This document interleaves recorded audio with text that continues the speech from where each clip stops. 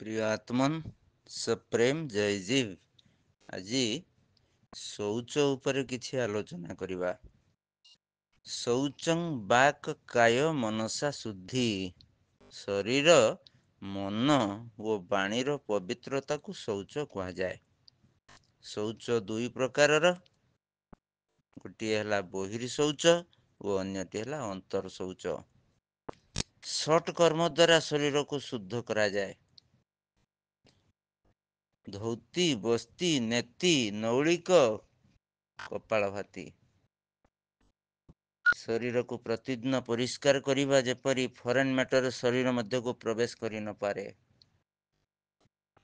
ଶୌଚାତ୍ ସ୍ୱାଂ ଜୁଗୁପ୍ସା ପରେର୍ satsang.